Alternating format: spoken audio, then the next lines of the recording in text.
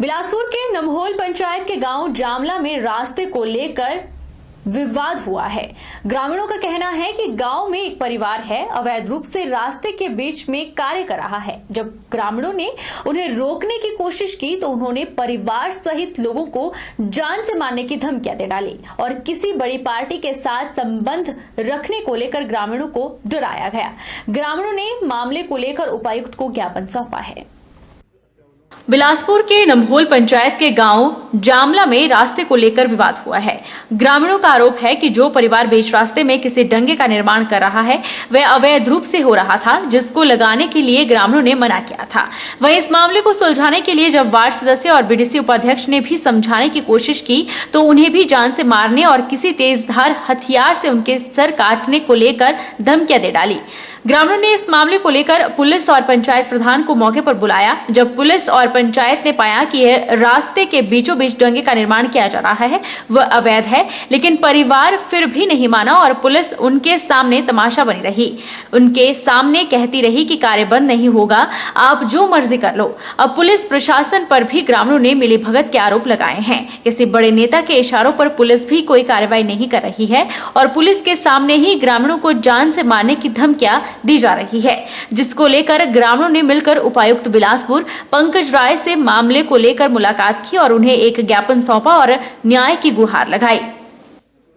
यही तकलीफ हमारा जो इन्होंने कही वही तकलीफ सबसे ज्यादा है और बहुत दिन हो गया, बहुत तंग करते। हर एक जगह जो छोटा मोटा झगड़ा भी हो वहाँ भी ऐसा ही करते हैं। ये दौलतराम के लड़के दौलतराम को हर एक जगह आज तो ऐसा है कि मेन रास्ता पूरे गांव का जो बंद कर रहे हैं। अपनी दीवार पीछे थी, अब 2 फुट आके रास्ते में बढ़ गए। और पंचायत प्रधान जी वो मौके पे गए, पुलिस चौकी नमहोल के जो हमारे अधिकारी हैं, पुलिस प्रभारी है, वो भी मौके पे गए। तो सभी ने उनको जोर लगा के कहा कि इस काम को बंद करें और आप अवैध तरीके से इसको लगा रहे हैं। तो दौलतराम और उनके लड़के ने उन लड़कों ने क्या कहा कि अगर जो इन सेटरिंग की प्लेटों से हाथ लगाएगा उनकी हम गर्दनें काट के साइड में फेंक देंगे और हमारे को चोर और मतलब गंदी गाली गलौज दे के जनप्रतिनिधियों को उन्होंने वहाँ अपमानित भी किया और कहा कि आप जहाँ मर्जी कर लो, हम इस डंगे को लगा कर रहेंगे और यहाँ ये ज़मीन हमें डीसी बिलासपुर साहब ने हमारे को दी है और हमारे पास ऑर्डर भी है। तो आज हम डीसी साहब से मिलने आए हैं और डीसी साहब हमारे को बताएंगे कि इन्होंने अगर ये जमीन उनको भूमि दी है तो हम डीसी साहब से हम रिक्वेस्ट करेंगे आप मौके पर भी चलें। सर ऐसा ये गांव की रंजिश है, लेकिन रंजिश का मतलब ये नहीं है कि आम रास्ता बंद किया जाए। वो सिचुएशन बोलने में नहीं, वो देखने में ही लगता पता जो क्रिएट हो रखी थी। कल मैं भी गई, मैंने बहुत मनाया, समझाया, बताया कि अपने स्टेटस को तो कम से कम आप देखिए, स्टेटस को कायम रखना चाहिए। हार जीत तो लगी रहती है, लेकिन एक्चुअल में सच में लोग और इलाका परेशान है। और चलो मैंने तो उनके खिलाफ इलेक्शन लड़ा है, जीत हार तो जनता के हाथ में होती है, लेकिन इतना अग्रेसिव होना, एक गांव में रह के हमारा भाईचारा भी खत्म हो जाए सब कुछ, उन्होंने तो वो पूरा बना के रखा है माहौल। ना तो भाईचारा है, ना किसी के साथ मिलना बरतना है और ये क्या गर्दन काटनी, ये करना वो करना, ऐसा ये तो गलत बात है। समाज में कोई मतलब मैं नहीं समझती कि ऐसे आदमियों को कुछ ज्यादा बोलना या समझना, वो आदमी मतलब समाज में लायक रहने लायक नहीं है। स्कूलों में बढ़ते कोरोना संक्रमण के मामलों को देखते हुए नूरपुर के बीटीसी कन्या विद्यालय में पूरी एहतियात बरती जा रही है। छात्राओं को मास्क पहनने के साथ सोशल डिस्टेंसिंग और बार-बार हाथ सैनिटाइज करने के निर्देश दिए जा रहे हैं। नूरपुर के बीटीसी कन्या विद्यालय की प्रिंसिपल ने बताया कि स्कूलों में कोरोना संक्रमण के मामलों को देखते हुए बीटीसी कन्या विद्यालय में सतर्कता बढ़ा दी गई है। स्कूल के टीचर छात्राओं को कोरोना संक्रमण से बचाव के लिए जरूरी दिशा निर्देश दे दिए गए हैं। छात्राओं को बताया जा रहा है कि घर से स्कूल आते समय मास्क ना उतारें, कक्षाओं में भी उचित दूरी बनाकर रखें, खाना खाते समय भी एक दूसरे से दूरी बनाए रखें, साथ ही उन्हें बार बार हाथ सैनिटाइज करने के लिए भी कहा जा रहा है। उन्होंने बताया कि हर स्कूली छात्रा की थर्मल स्क्रीनिंग की जा रही है और अगर कोई छात्रा सर्दी जुकाम से पीड़ित है तो उसके परिजनों को बुलाकर उसे घर भेज दिया जाएगा। वहीं अगर कोई अध्यापक कोरोना संक्रमित आता है तो उन्हें भी आइसोलेट किया जाएगा। स्कूल बंद होने के सवाल पर उन्होंने कहा कि अगर स्कूल में जांच करने पर अधिक मामले आते हैं तो स्वास्थ्य विभाग के निर्देशानुसार स्कूल बंद किया जाएगा। सर, बात ऐसी है कि कोरोना के इस काल में जो अभी बच्चों के लिए बहुत बार चेतावनी दी जा रही है कि बच्चों की सुरक्षा रखें। जितने केसेस हमारे विद्यालयों में आ रहे हैं आसपास, उसको लेकर के हमारे बच्चे भी सचेत हो चुके हैं, क्योंकि हर अध्यापक जो है अपनी अपनी कक्ष के भीतर बच्चों को बार बार इसके प्रति सचेत करता है कि आप सुरक्षित रहें और कैसे सुरक्षित रहना है। चलते फिरते कहीं भी घर से निकलते समय और अपनी संस्था तक पहुंचते समय अपने मास्क को नहीं उतारना है, अपने हाथों को सैनिटाइज करना है। और जहां तक विद्यालय के अंदर की बात है तो विद्यालय में हमारे सैनिटाइजर मशीनें लगी हुई हैं और फुट पंप अलग से रखे हुए हैं हर कैंपस के भीतर, और हमारे जो शौचालय है उसके भीतर सफाई प्रॉपरली करवाई जाती है ताकि बच्ची जब शौचालय यूज़ करती है तो वहाँ पर वो इन्फेक्टेड ना हो। वहाँ सैनिटाइज करवाया जाता है। जो हमारे पंप हैं, पीएन हमारा जो है चतुर्थ श्रेणी कर्मचारी, उससे कमरों को सैनिटाइज करता है। दोपहर के बाद भी किया जाता है।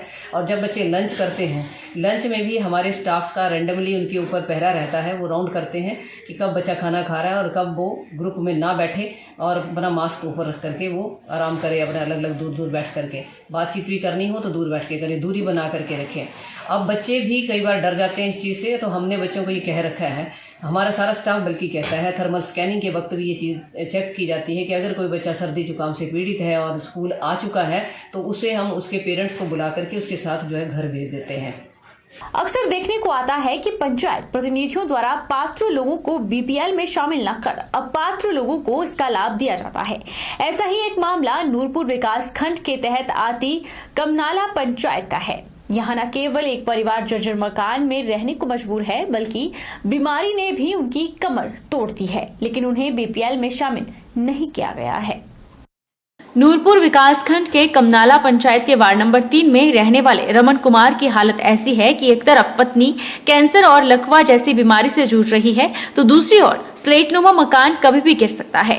रमन कुमार की बात करें तो यह मूंगफली की रेहड़ी लगाकर परिवार का जैसे तैसे पालन पोषण कर रहा है, तो साथ ही अपनी पत्नी को कैंसर जैसी जानलेवा बीमारी से बचाने की जद्दोजहद भी कर रहे हैं। लेकिन हैरानी की बात यह है कि पंचायत ने केवल यह कहकर इन्हें बीपीएल सूची में नहीं डाला क्योंकि इनका बच्चा एक निजी स्कूल में पढ़ाई कर रहा है। वहीं जब इस बात की जानकारी रणजीत बख्शी जन कल्याण सभा के अध्यक्ष को मिली तो उन्होंने इस परिवार की मदद के लिए हाथ आगे बढ़ाए। लगभग 3-4 दिन पहले इनकी कंडीशन के बारे में पता लगा था और हम लोग देखने के लिए आए थे कि रीता देवी जी का और रमन कुमार जी का क्या हाल है। और आप खुद देख सकते हैं कि हमारे पीछे जहाँ पर हम खड़े हैं कि इनका घर है। और रमन कुमार जी जो है कि जसूर में मूंगफली की रेहड़ी लगाते हैं। और 2-3 चीज़ें हैं जो इस केस में निकलकर हम लोगों के सामने आई हैं। सबसे पहली ये कि आज तक एक कारण की वजह से या दूसरे कारण की वजह से इनका नाम जो है वो बीपीएल में नहीं डाला गया, जबकि बहुत सारे इस प्रकार के लोग हैं जो बीपीएल में रहने के लायक नहीं हैं, लेकिन उनको प्रॉपर क्राइटेरिया से आइडेंटिफाई नहीं करके उनका नाम वहाँ पर डाला गया है। लेकिन ये लोग जिनके घर में एक इमरजेंसी की सिचुएशन क्रिएट हो गई है, इनका नाम वहाँ नहीं डाला जा रहा। जब आप बीपीएल में किसी का नाम नहीं डालते तो आप उन्हें उन सभी सुविधाओं से वंचित रखते हैं जो सरकार उन तक पहुंचाने का प्रयत्न कर रही है। दूसरी चीज़ ये कि इनको ये कहकर टाल दिया जाता है कि आपका बच्चा तो किसी प्राइवेट स्कूल में पढ़ रहा है। ये रेडी लगाकर अपने बच्चे की एजुकेशन के लिए, उसकी शिक्षा के लिए किस प्रकार से दिन रात मेहनत कर रहे हैं वो ये जानते हैं और इनकी पत्नी जानती है। लेकिन इस प्रकार के फ्लिमजी से एक्सक्यूज़ेस के बेसिस पे आप किसी की घर की सिचुएशन को ना समझें, आप उनके घर की बीमारी को ना समझें, इससे ज़्यादा मैं समझता हूँ एक बेरहम चीज़ और कोई नहीं हो सकती। और जो रीता देवी जी का हाल है कि आपके सामने है, इनकी टांग और इनका हाथ बिल्कुल नहीं चलते, ये पैरालाइज्ड हैं। हम लोग रंजीत बख्शी जन कल्याण सभा की ओर से आज थोड़ी बहुत इनकी आर्थिक सहायता अवश्य करेंगे और आप सभी से भी निवेदन करेंगे कि आप लोग भी आगे आएँ, इस परिवार से मिलें, इनकी दर्द भरी दास्तान को समझें और इनकी मदद करने का पूरा प्रयत्न करें। राजकीय महाविद्यालय लड़भड़ोल में 7 दिवसीय एनएसएस कैंप में स्वयंसेवकों ने गोद लिए गांव कुन्नी में 2 जल स्रोतों की साफ सफाई की और जल स्रोतों के आसपास की झाड़ियों को भी साफ किया। जल स्रोतों के अंदर बाहर सफेदी की और इसके साथ गांव के लोगों को स्वच्छता के बारे में जागरूक भी किया। राजकीय महाविद्यालय लड़भड़ोल में 7 दिवसीय एनएसएस कैंप का आयोजन किया गया। स्वयंसेवकों ने लोगों को कोरोना संबंधी जागरूक कर मास्क का महत्व भी बताया। स्वयंसेवकों ने गांव के लोगों को बताया कि कोरोना अभी खत्म नहीं हुआ है, कोरोना का बोलबाला अभी भी है, तो इससे बचने के लिए सब लोगों को नियमित रूप से मास्क लगाएं। एनएसएस स्वयंसेवकों के द्वारा गाँव में किए गए कार्य से प्रभावित होकर कुन्नी गाँव के सदस्य सुमेर ने एनएसएस स्वयंसेवकों को फ्रूट चाट की व्यवस्था की और दोपहर के भोजन के बाद समूह गान प्रतियोगिता का आयोजन भी किया गया। उसमें तृतीय वर्ष की छात्राओं ने भाग लिया। हमारे महाविद्यालय में 7 दिवसीय एनएसएस का विशेष शिविर जो है वो चल रहा है। आज एनएसएस 7 दिवसीय विशेष शिविर का दूसरा दिन है और आज बच्चों ने जो पुणी गांव है वो गोद लिया हुआ है। वहां पर हमारे 50 स्वयंसेवक जो हैं वो गए हुए थे। उन्होंने वहां पर 2 जल स्रोतों की सफाई की, आसपास की झाड़ियां, रास्ते जो हैं वो साफ किए और जो जल स्रोत हैं उनके अंदर बाहर जो है वो सफेदी की। उसके बाद गांव के लोगों को उन्होंने जागरूक किया कि अभी कोरोना खत्म नहीं हुआ है और उसमें मास्क का जो महत्व है वो लोगों को समझाया। स्वच्छता के बारे में लोगों को बताया कि अपने आसपास कैसे साफ सफाई रखनी है, पर्यावरण को कैसे हम शुद्ध रख सकते हैं। और बच्चों के इस कार्य को देखते हुए बच्चों के उनके गांव में पुणी गांव के जो लोग थे उनमें से श्री सुमेर जी ने जो है वो बहुत प्रभावित हुए। वो उन्होंने बच्चों के लिए फ्रूट चाट की व्यवस्था भी की और अभी बच्चों का कल्चरल प्रोग्राम चल रहा है। उसके बाद ये हमारे बीएसएफ के जो श्री रणजीत सिंह रांगड़ा जी हैं वो बच्चों को आत्मरक्षा के गुर सिखाएंगे। अभी एनएसएस के बच्चे जो हैं वो कुश्ती और भारोत्तोलन जो प्रतियोगिताएं हैं वो भी आज आयोजित की जाएंगी। वक्त तो चला है छोटे से ब्रेक का। ब्रेक के उस पार फौरन लौटेंगे, आप बने रहिए हमारे साथ।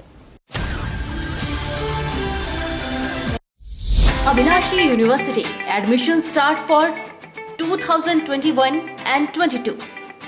MTech, BMS, BSc MLT, BPT, B Pharmacy, M Pharmacy, D Pharma, Allopathy, Ayurveda, Diploma, Arts and Craft, MA Economics, MA Education, BSc Honours Agriculture, BSc Forestry, MSc Agriculture, 2-year Diploma in Veterinary Pharmacist.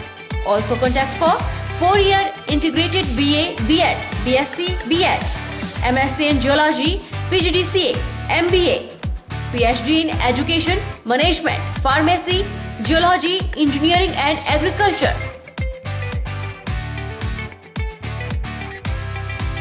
Contact for admission. Abhilashi University, Chalchok, District Mandi, Himachal Pradesh.